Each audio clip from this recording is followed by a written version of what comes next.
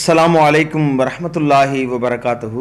அன்பிற்குரிய சகோதர சகோதரிகளே, தொடர்ச்சியாக துஆக்களை மனனம் செய்வோம் என்கிற தலைப்பின் கீழ் பல்வேறு துஆக்களை பார்த்து வருகிறோம், மனனம் செய்தும் வருகிறோம்.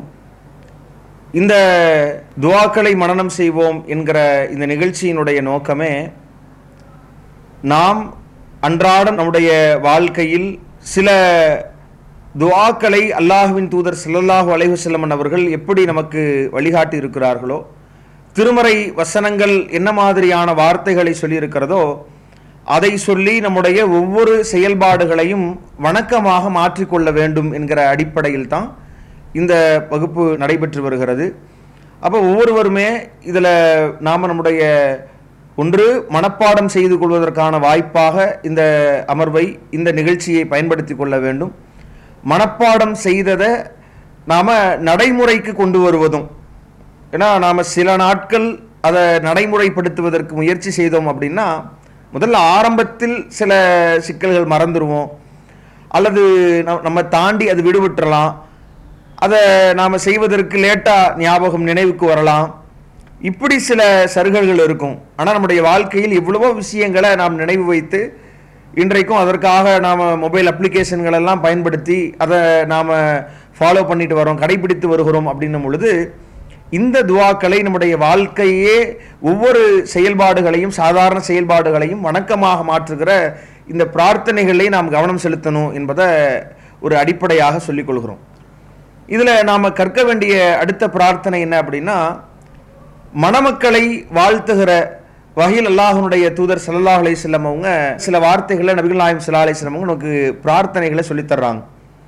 திருமணத்திற்காக நாம் செல்கிற போது அந்த அழைப்பின் பெயரில் அவர்களை, திருமண தம்பதிகளை நாம் பார்க்க நேரிடுகிற போது அவர்களுக்காக நாம் செய்ய வேண்டிய பிரார்த்தனை, மணமக்களுக்காக நாம் அவர்களுக்காக செய்ய வேண்டிய பிரார்த்தனையாக நபிகள் நாயகம் ஸல்லல்லாஹு அலைஹி வஸல்லம் அவங்க நமக்கு சொல்லித் தருகிறார்கள். அந்த செய்தியை நாம் அபுதாபுதில் 1819 இலக்கத்தில் பதிவு செய்யப்பட்ட செய்தியில் பார்க்கிறோம். அல்லாஹ்வின் தூதர் சொல்லித் தருகிற அந்த வாசகங்கள் மிக எளிதான வாசகங்கள், மிக இலகுவாக நாம் அதை மனப்பாடம் செய்து கொள்ளலாம். அந்த வாசகங்களை நாம் சொல்லித்தரோம். திரும்ப சொல்லும் பொழுதே அதை மிக இலகுவாக மனப்பாடம் செய்து கொள்ளலாம். நம்ம சொல்கிறோம், திரும்ப சொல்லுங்க. பாரக்கல்லாஹு லக்க, முதல் வரி பாரக்கல்லாஹு லக்க. பாரக்கல்லாஹு லக்க அப்படின்னா என்ன அர்த்தம் அப்படின்னா, அல்லாஹ் உங்களுக்கு அருள் வளத்தை ஏற்படுத்தட்டும், அல்லாஹ் அருள் வளத்தை உங்களுக்கு ஏற்படுத்தட்டும். ஓ பாரக்க அலைக்க, பாரக்கல்லாஹு லக்க, ஓ பாரக்க அலைக்க, பாரக்கல்லாஹு லக்க, ஓ பாரக்க அலைக்க. அல்லாஹ் அகத்திலும் புறத்திலும் உங்களுக்கு அருள் வளத்தை ஏற்படுத்தட்டும்.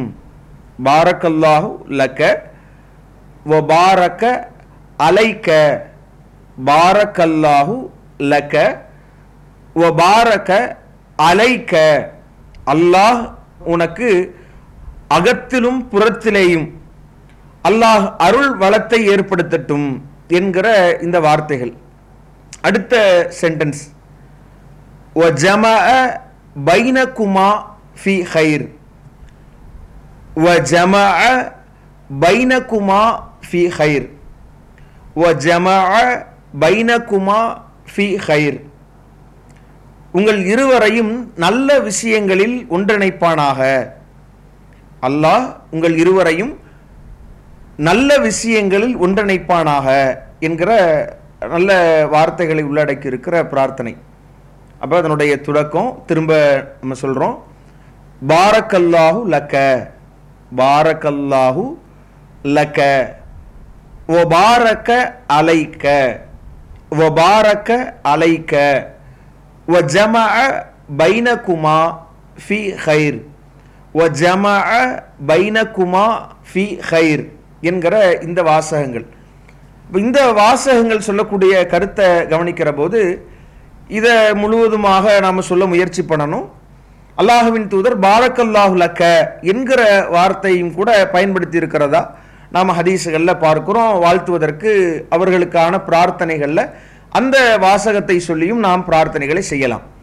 அப்போ இதனுடைய இந்த முழு வார்த்தைகளை மனப்பாடம் செய்யணும். பாரக்கல்லாஹு லக்க வ பாரக அலைக்க வ ஜமஅ பைனகுமா ஃபீ ஹைர் என்கிற இந்த வார்த்தைகள். இது என்ன அர்த்தத்தை உள்ளடக்கி இருக்கிறது நீங்க பார்க்கலாம். இதுல திருமணம் என்று வருகிற போது அந்த தம்பதிகளுக்கு எது அவசியமான ஒன்று என்பது அல்லாஹ்வின் தூதர் இதுல நமக்கு உணர்த்துறாங்க. ஒரு திருமண வாழ்க்கை என்று வருகிற போது திருமணம் என்பது இஸ்லாத்தை பொறுத்தவரை அது அவசியமான ஒன்றில்லை. நபிகள் நாயகம் ஸல்லல்லாஹு அலைஹி வஸல்லம் சொல்கிற போது அந்நிக்காஹு மின் சுன்னத்தி, இந்த திருமணம் என்பது என்னுடைய வழிமுறைகளில் இருந்து உள்ளது என்று நபிகள் நாயகம் ஸல்லல்லாஹு அலைஹி வஸல்லம் சொல்றாங்க. அதனால இதை இதிலிருந்து விடுபடக்கூடாது. யாராக இருந்தாலும் திருமண வாழ்க்கைக்கு உண்டான சூழ்நிலையை திருமணம் செய்து கொள்வதை நமக்கு நபி அவர்களின் வழிமுறையாகவே சொல்லித்தரப்பட்டிருக்கிறது. அப்பேற்பட்ட இந்த திருமண வாழ்க்கை என்பது ஒரு மனிதனுடைய அத்தியாவசியமான ஒன்று என்கிற போது அதை இறைவன் ரொம்ப எளிமையான ஒன்றாக ஆக்கி வைத்திருக்கிறான். திருமணம் குறித்து இறைவன் பேசுவதும் அல்லாஹ்வின் தூதர் அதை நடைமுறைப்படுத்தி காட்டியதையும் நீங்க ஹதீஸ்கள்ல பார்க்கிற போது மிக எளிமையான ஒன்றாக பார்க்கலாம். இஸ்லாம் சொல்லுகிற திருமணம் என்கிற போது இன்றைக்கு நாம் திருமணம் என்றால் எந்த ஆடம்பரங்களை, எந்த வீண் விரயங்களை, எந்த கோலாகலங்களை நாம் திருமணம் என்று பார்த்து கொண்டிருக்கிறோமோ இது எதுவுமே நபிகாலத்தில் இல்லை. அல்லாஹ்வின் தூதர் அறிமுகப்படுத்திய அந்த திருமணம் என்பது மிக சிக்கனமான திருமணம். திருமணத்தினுடைய மொத்த நிலையே என்ன அப்படின்னா, திருமணம் என்பது ஒரு பலமான உடன்படிக்கை, ஒப்பந்தம். அந்த ஒப்பந்தத்திற்கு தேவையான சாட்சியங்கள், அந்த பெண் சார்பாக ஒரு வழி, அதே மாதிரி பெண் பார்க்கிற நிகழ்வு மாதிரி ஆண் தரப்பிலிருந்து மகர் கொடுக்கப்பட வேண்டும், ஆண் தரப்பிலிருந்து வலிமா கொடுக்கப்பட வேண்டும். இதுதான் மொத்த திருமணத்தினுடைய நிகழ்வுகளாக அல்லாஹ்வின் தூதர் பதிய வைக்கிறாங்க. அப்பேற்பட்ட அந்த திருமணத்துல ஒரு மனிதன் தன்னுடைய வாழ்க்கையை துவங்குகிற போது அவனுக்கு தேவையான அவசியம் என்ன தெரியுமா? நபிகள் நாயகம் ஸல்லல்லாஹு அலைஹி வஸல்லம் அவங்க அந்த திருமணத்தை எளிய முறையில் அமைத்துக் கொள்கிற போது தான் நீங்கள் அந்த திருமணத்தில் அவசியமான அந்த பரக்கத்தை பெற முடியும் என்று சொல்றாங்க. இன்ன ஆலமன் நிக்காஹி பரக்கத்தன் ஐஸரஹு மஊனத்தன். அல்லாஹ்வுடைய தூதர் சொல்றாங்க, குறைந்த செலவில் நடத்தப்படுகிற திருமணத்தில் தான் அது பரக்கத்து நிறைந்த திருமணம் என்று நபிகள் நாயகம் ஸல்லல்லாஹு அலைஹி வஸல்லம் சொல்றாங்க. பரக்கத்துனா என்ன? நாம ரொம்ப சொற்பமான, இன்றைக்கும் நீங்க இஸ்லாமிய குடும்பங்களை பார்க்கலாம், ரொம்ப சொற்பமான ஆண் மட்டும்தான் அந்த குடும்பத்தில் சம்பாதிக்கக்கூடிய நிலையில் இருப்பார். மற்ற தன்னுடைய மனைவியாக இருக்கலாம், பிள்ளைகளாக இருக்கலாம், அவங்க ஒரே ஒரு நபருடைய சம்பாத்தியத்திலேயே வாழக்கூடியவர்களாக இருப்பாங்க. ஆனா பார்த்தீங்கன்னா எல்லாரும், நீங்க இன்றைக்குமே உலகமே பாய் நான்வெஜ் இல்லாம சாப்பிட மாட்டார் என்கிற அளவிற்கு நல்ல உணவுண்டு, நல்ல நிலையில இருக்கிற மாதிரியான ஒரு சூழ்நிலை ஏற்படுத்தப்படுகிறது என்றால் அப்ப இறைவனுடைய அபிவிருத்தி அவர்களுக்கு இருக்கிறது என்பதை நாம் பார்க்கிறோம். அல்லாஹ்வின் தூதர் ஸல்லல்லாஹு அலைஹி வஸல்லம் அவங்க கூட சொல்றாங்க, நபிகள் நாயகம் ஸல்லல்லாஹு அலைஹி வஸல்லம் சொல்லும் பொழுது பரக்கத்தை பல இடங்கள்ல பல மாதிரியாக ரசூலுல்லாஹ் விளக்குறாங்க. அதுல சின்ன ஒரு நபி அவர்களுடைய அந்த அடிப்படையில நாம விளங்குவதற்கு ஒரு ஹதீஸை பார்க்கலாம். தஆமுல் இஸ்னைன், ஒரு இருவருக்கான அந்த உணவு என்பது எப்படியானது அப்படின்னா, அல்லாஹ்வுடைய தூதர் சொல்றாங்க, காஃபி சலாசத்தி, ஒரு 3 பேருக்கு அது போதுமானதாக இருக்கும் என்று அல்லாஹ்வுடைய தூதர் சொல்றாங்க. அதே மாதிரி 3 பேருக்கான உணவு என்பது அது 4 பேருக்கு போதுமானதாக இருக்கும். இந்த உணவை நாம் உட்கொள்ளும் பொழுதே நாம் என்ன நினைக்கிறோம்னா, பெரிய எண்ணிக்கையில் நிறைய 000 இருந்து நம்மிடத்தில் வருமானம் இருந்தால்தான், நம்மிடத்தில் தொகை இருந்தால்தான் நாம் நல்ல வாழ்க்கையை வாழ முடியும் என்று நினைக்கிறோம். ஆனா உண்மை என்ன அப்படின்னு சொன்னா, இறைவன் சில 100 ரூபாய்களிலேயே, சில ஆயிரங்களிலேயே இறைவன் அபிவிருத்தி ஏற்படுத்தி விட்டான் அப்படின்னா, ஒரு சாதாரண அந்த சில ரூபாய்கள்ல நம்முடைய மொத்த செலவீனங்களையும் செய்து முடிக்க முடியும். இன்னைக்கு பார்க்கலாம், பல லட்சங்கள் சம்பாதிக்கிறார்கள். சம்பாதித்தவர்கள் பார்த்தோம்னா எல்லாமே வீடு எதுல இருக்கு, லோன்ல இருக்குது, வாகனம் இஎம்ஐல இருக்குது, பயன்படுத்தக்கூடிய ஒவ்வொரு விஷயங்களும் கேட்குறோம். அவங்களுடைய வீடுகளில் பயன்படுத்தக்கூடிய எல்லா விஷயங்களுமே லோன்ல இருக்குது, இஎம்ஐல இருக்கிறது என்ற ஒரு சூழ்நிலையை நாம் பார்க்க முடிகிறது என்றால், அப்போ இவர்களுக்கு வழங்க வேண்டிய அபிவிருத்தி இல்லை, லட்சங்கள்ல சம்பாதிக்கிறார்கள். சம்பாதித்த அந்த சம்பாத்தியம் கைக்கு வருவதற்கு முன்னாடி இஎம்ஐல போகுது. இது தேவையற்ற பல்வேறு லோன்களையும் வாங்கி குவித்துக் கொண்டிருக்கிறார்கள். இப்போ வாழ்க்கை இப்படி சென்று கொண்டிருக்கிற நிலையில சில ஆயிரங்களே மாத வருமானம் ஈட்டுகிற பலரும் சுகபோகமாக நல்ல நிம்மதியான வாழ்க்கையை அவங்க சேமிப்போடு தன்னுடைய வாழ்க்கை நகர்த்தி செல்கிறார்கள் என்றால், இப்போ இந்த பரக்கத்தான் அடிப்படையா இருக்கு. ஒரு குடும்பம் மன நிம்மதியோடு வாழ்வதற்கு இந்த ஆடம்பரங்களோ இந்த தேவையற்ற வீண் விரயங்களோ அது அடிப்படையாக இருக்காது.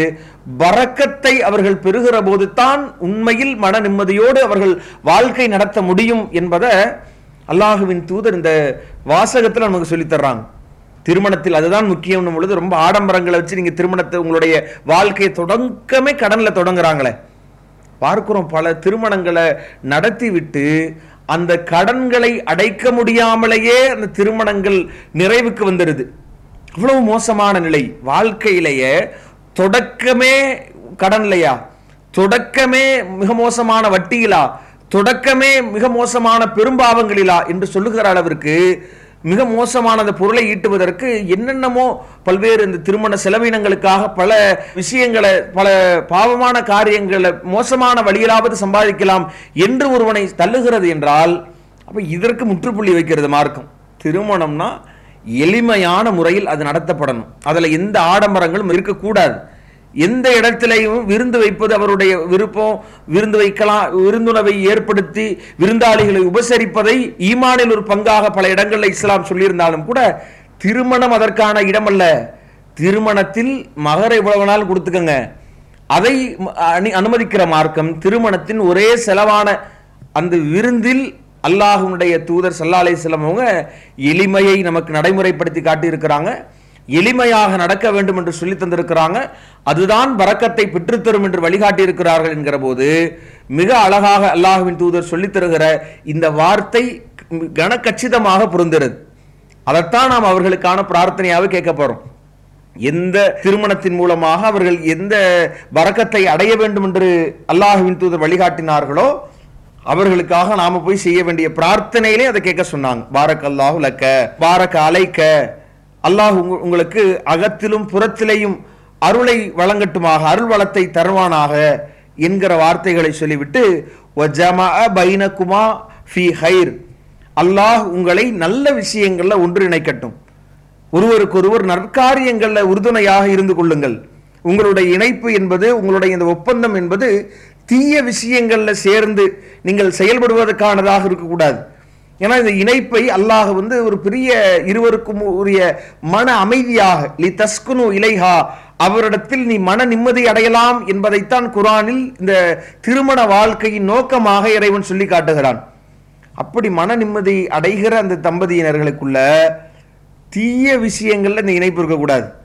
நான் உன்னை கேட்க மாட்டேன், நீ என்னை கேட்காத, நீ கேட கெட்டு ஒளி, நான் கேட கெட்டு ஒளிவை, என்னை கேட்கக்கூடாது, நீ தொழுவைக்கு எந்திரி, தொழுவைக்கு போ, இல்லைன்னா எங்கேயோ போ, நான் உன்னை கேட்க மாட்டேன், நீ என்னை கேட்கக்கூடாது என்கிற மாதிரியான ஒப்பந்தமாக அது இருந்துடக்கூடாது. நீங்கள் மார்க்கத்தில் தவறிழைக்கிற போது திருத்தி கொடுக்கிறவராக தன்னுடைய அந்த கணவரோ மனைவியோ இருக்க வேண்டும். தவறில் விழுகிற போது அதை சுட்டிக்காட்டக்கூடியவராக மனைவியோ கணவரோ இப்படி இருக்க வேண்டும். நல்ல விஷயங்களில் இறைவன் இருவரையும் ஒன்றிணைக்கட்டும் என்கிற பிரார்த்தனையை நாம் அங்க போய் கேட்க வேண்டும் என்று அல்லாஹ்வின் தூதர் சொல்லி காட்டுறாங்க. அப்ப இந்த வார்த்தைகள் நம்ம அழகாக மனப்பாடம் செய்து கொள்ளலாம். சின்ன வார்த்தைகள் தான். பாரக்கல்லாஹு லக்க வ பாரக அலைக்க வ ஜமஅ பைனகுமா ஃபீ ஹைர் என்கிற இந்த வார்த்தை தான் இலகுவான வார்த்தை. பாரக்கல்லாஹு லக்க வ பாரக அலைக்க வ ஜமஅ பைனகுமா ஃபீ ஹைர் என்கிற இந்த வார்த்தையை மனப்பாடம் செய்து நாம மணமக்களை பார்க்கிற போது நாம் செய்ய வேண்டிய, அவர்களுக்கு வேண்டிய அந்த பரக்கத்தை வேண்டி செய்ய வேண்டிய பிரார்த்தனையாக அல்லாஹ்வின் தூதர் ஸல்லல்லாஹு அலைஹி வஸல்லம் அவர்கள் சொல்லி காட்டுகிறார்கள். இதை செய்து அந்த அபிவிருத்தியை அவர்களுக்காக பிரார்த்தனை செய்து அதன் மூலமாக இறைவன் நமக்கும் நம்முடைய வாழ்விற்கான அடிப்படைகளையும் நம்முடைய தேவைகளையும் இறைவன் பூர்த்தி செய்கிற நன்னிலையை பெறக்கூடிய நல்வாய்ப்பை இறைவன் நம் அனைவருக்கும் தந்தல் புரிவானாக என்று கூறி முடிக்கிறேன். வஆகிரு தஅவானா அல்ஹம்துலில்லாஹி ரப்பில் ஆலமீன். அஸ்ஸலாமு அலைக்கும் வரஹ்மத்துல்லாஹி வபரகாத்துஹு. அல்லாஹு அக்பர், அல்லாஹு அக்பர்.